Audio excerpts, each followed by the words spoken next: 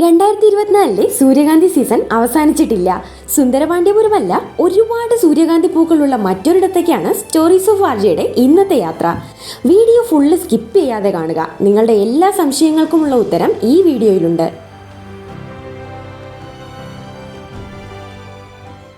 തെങ്കാശി എന്ന സ്ഥലപ്പേര് കേൾക്കുമ്പോൾ എല്ലാവർക്കും ഓർമ്മ വരുന്ന ഒന്നാണ് സുന്ദരപാണ്ഡ്യപുരവും അവിടെയുള്ള മനോഹരമായ സൂര്യകാന്തി പാടങ്ങളും.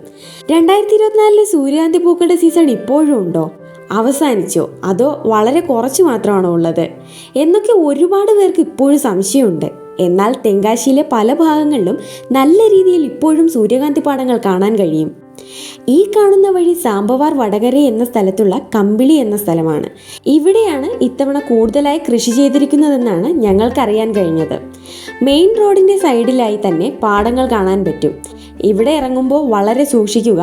ജലസേചനത്തിനായിട്ടുള്ള വലിയൊരു കിണർ ഈ പോകുന്ന വഴിക്കുണ്ട്. മറ്റൊരുപാട് കൃഷികൾ ഇവിടെ ചെയ്തിട്ടുണ്ട്. അതൊന്നും നശിപ്പിക്കാതിരിക്കാനും നമ്മൾ പ്രത്യേകം ശ്രദ്ധിക്കണം. തക്കാളി, മുളക്, വെണ്ടയ്ക്ക എന്നിവയൊക്കെയാണ് ഇവിടെ കാണാൻ പറ്റുന്ന മറ്റ് കൃഷികൾ. അങ്ങനെ നടന്ന് ഫൈനലി സൂര്യകാന്തി പാടത്തിന് മുന്നിലെത്തി.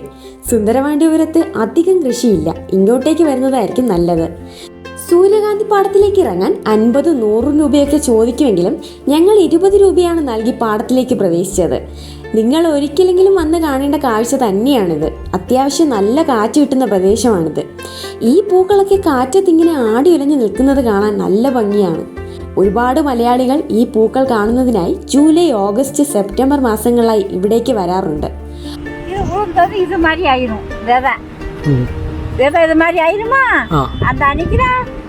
வண்டி வச்சு வெட்டுவோம்.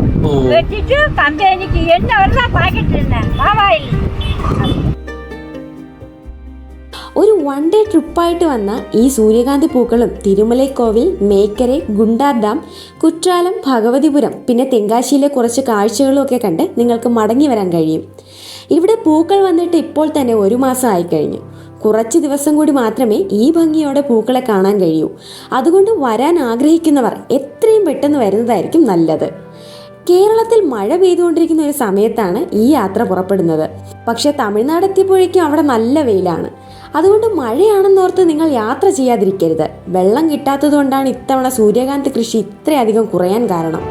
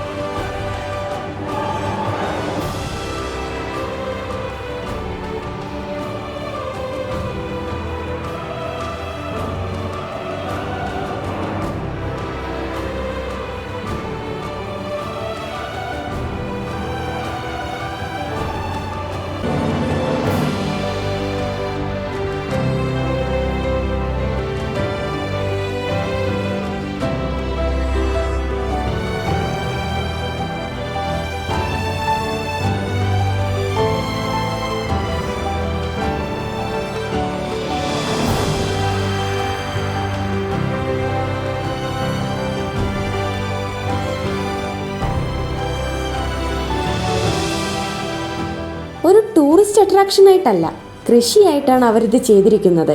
അതുകൊണ്ട് തന്നെ പൂക്കൾ പറിച്ച് കൃഷി നശിപ്പിക്കാൻ നിങ്ങൾ ശ്രമിക്കരുത്. ഈ പൂവിൽ നിന്നാണ് അവർക്ക് സൺഫ്ലവർ സീഡ് ലഭിക്കുന്നത്. അതുകൊണ്ട് പൂവ് ഇതുപോലെ നിന്നാൽ മാത്രമേ അവരുടെ കൃഷിയുടെ ഫലം അവർക്ക് ലഭിക്കുകയുള്ളൂ. മാക്സിമം രാവിലെ വന്നു കഴിഞ്ഞാൽ അധികം മറ്റ് ആൾക്കാരുടെ ബഹളങ്ങളോ തിരക്കുകളോ ഒന്നും ഇല്ലാതെ തന്നെ നിങ്ങൾക്ക് ഫോട്ടോസ് വീഡിയോസും ഒക്കെ എടുക്കാൻ പറ്റും. സൺഫ്ലവർ ഓയിൽ ഉണ്ടാക്കാനാണ് ഈ സീഡ്സ് ഉപയോഗിക്കുന്നത്. തമിഴ്നാട്ടിലെ സൂര്യകാന്തി പാടത്തിലെ യാത്രാവിശേഷങ്ങൾ നിങ്ങൾക്ക് ഇഷ്ടപ്പെട്ടു എന്ന് വിശ്വസിക്കുന്നു. വീഡിയോ ഇഷ്ടപ്പെട്ടാൽ ചാനൽ സബ്സ്ക്രൈബ് ചെയ്യാനും നിങ്ങളുടെ ഫ്രണ്ട്സിലേക്ക് ഷെയർ ചെയ്യാനും മറക്കണ്ട. മറ്റൊരു ട്രാവൽ സ്റ്റോറിയുമായി വീണ്ടും കാണുന്നവരെ bye from stories of RJ.